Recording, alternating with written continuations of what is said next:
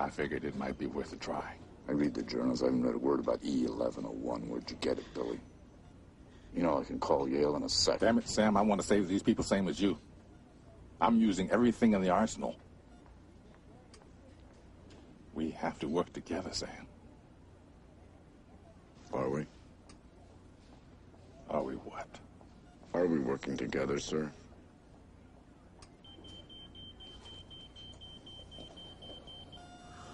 Oh, shit.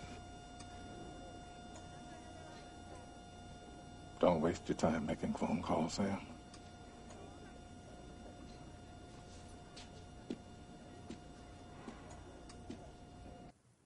So Cook, in his exciting book and film, told the truth about the CIA's release of this microbe. You hear me, don't you, guys? I'll say it one last time. These people that you're gonna bomb are not the enemy. We can kill the virus without killing these people, and I swear to you on my soul that the President of the United States does not have the facts. He does not know that we have a serum that is working. Do you really think he wants to blow up the town? Oh, Christ, guys, if you think I'm lying, drop the bomb. If you think I'm crazy, drop the bomb. But don't drop the bomb just because you're following orders. What you haven't been told is that your superiors have another agenda. Don't you understand that right below you in Cedar Creek, there's a biological weapon that they've been manufacturing illegally for the last 30 years? Hey, I guarantee you that the disease is spread beyond the perimeters of this town. People, we're in a state of national emergency. But the biggest bestseller, The Hot Zone, by author Richard Preston, was different. Extremely dishonest. Author Richard Preston was paid by the Alfred P. Sloan Foundation, among the cancer industry's largest benefactors, intimately tied to the Rockefeller family's influence, to present easily proven deceptions. Preston reported that Ebola emerged from bat guano at the bottom of a deep, dark cave in southern Sudan. The fact is, this is very close to where Litton Bionetics' labs operated, testing these precise agents on native Africans. Here, for close examination, is the exact experiment administered by Litton Bionetics in 1965 and ending in 1970, precisely timed for the first Marburg virus outbreak. This NCI document refers to John Landon, chief scientist at Litton Bionetics, overseeing the experiment. Notice that at least half of the rhabdovirus simian-infected monkeys died or were transferred. The ones that lived were transferred to the vaccine production labs for vaccine production. This is how the first Marburg virus outbreaks occurred. Since that time, every single Marburg virus outbreak, as well as Ebola virus outbreak, has either been associated with a bioweapons lab accident or an intentional release for terrorism's objectives, political or financial gain.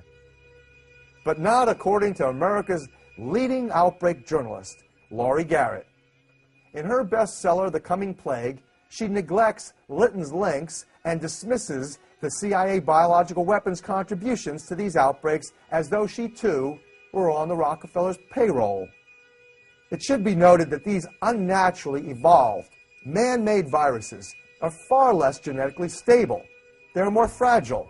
They mutate more rapidly than naturally evolved viruses. That's why when the second Marburg virus outbreak occurred in southern part of Uganda in 1975, many scientists suspected foul play by the CIA, since the genetic sequence of the 1975 strain was essentially identical to the 1968 strain. The only explanation for this fact remains refrigeration. From my perspective, the least trustworthy bioterrorist in Hollywood is CIA operative Steven Seagal. This propagandist and egomaniacal opportunist produced the movie The Patriot at my expense, merging emerging viruses, AIDS and Ebola, and my third bestseller, Healing Codes for the Biological Apocalypse, into one screenplay. Instead of professionally crediting me, Seagal falsely credited the last Canadian for his information. Seagal boasts of his CIA alliances. In The Patriot, he spun my character together with an admitted CIA operative named Larry Wayne Harris, who I exposed in the late 1990s as a bioterrorist threatening the public's health. Harris was later arrested for acquiring anthrax spores. Everything changed on December the 7th, 1941, with the attack on the U.S. Navy at Pearl Harbor by Hitler's Japanese allies.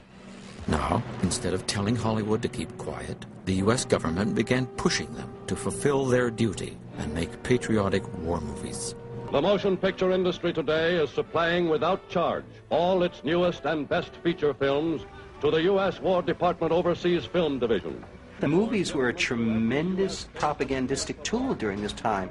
They set up camps for the soldiers to come back in where movies were shown 24 hours a day because that impressed the soldiers with what they were fighting for. It was the beginning of an unprecedented alliance between Washington and Hollywood. While 6 million Jews died in Europe, their kinsmen in Hollywood were churning out patriotic movies that helped galvanize the Allies to defeat Hitler. You're a grand old flag, you're a high-flying flag, and forever in peace may you wave. You're the emblem of the man's dialogue, the home of the free and the brave. Every heart beats true under red, white, and blue, and is never a boast or rag. But you'll hold the brave and free.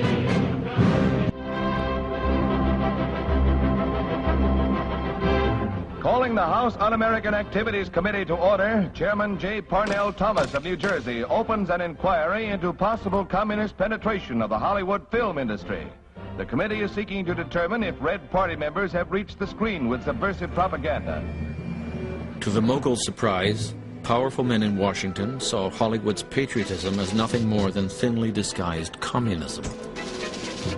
Now, at the height of their success, the Hollywood Jews watched their dream fall apart. The question of communism is in no way related to this inquiry, which is an attempt to get control of the screen and to invade the basic rights of American citizens. Mr. Chairman. It's not tied to any committee of this sort. To invade the rights and privileges and immunities of American citizens, whether they be Protestant or Methodist or Jewish or Catholic, whether they will my beliefs, my affiliations, with the American public, and they will know where I stand, as they do from what I have written. Stand away from the stand. For Americanism. Stand away from the stand.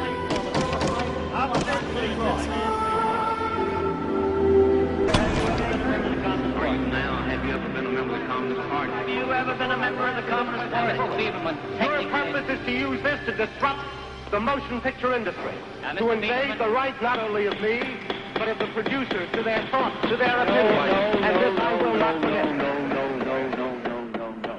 The statement of a real American.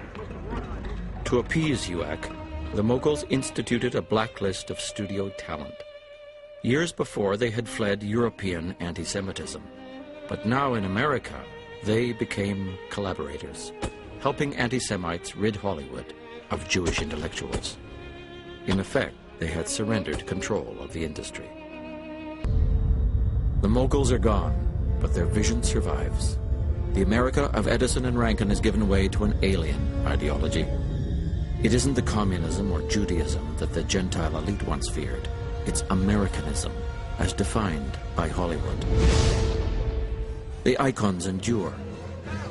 The little guy fighting the odds, the pogrom imagery, the desperate desire to survive, and the various races assimilating to create the ultimate happy ending. I'm